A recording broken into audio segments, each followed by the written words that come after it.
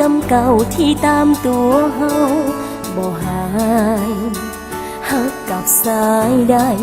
หักแล้วก็เลือนลาไปหักแท้นั้นอยู่หนใดหักไผก็มีแต่ซ้ำใจใจเฮา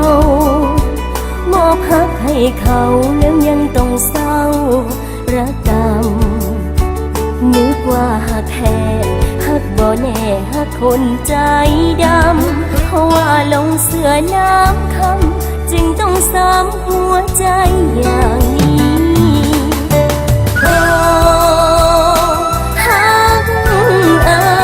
ยเพราะว่าบ่เคยหักไผหักใดเท่านี้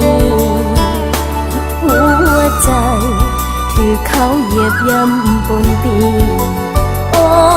หักนี้ขอให้มีหักที่จริงใจหักเอ่ยหักเขาจึงต้องมาเศร้านั่งเหงาเพราะเขาห่างหายอยากพบหักแท้หักบ่แน่มีแต่เสียใจจะบอกฝืนหักต่อไปขอหยุดเอาไว้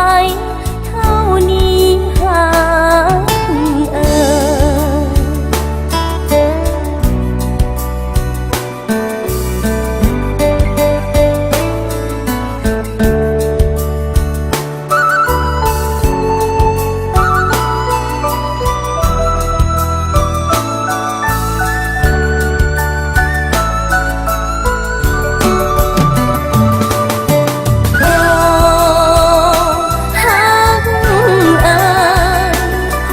บ่เคยหักไผหักใด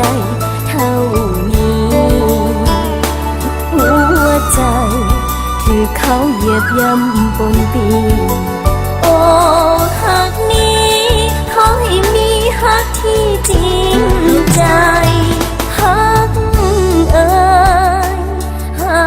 กเขาจึงต้องมาเศร้านั่งเหงาเพราะเขาห่างหา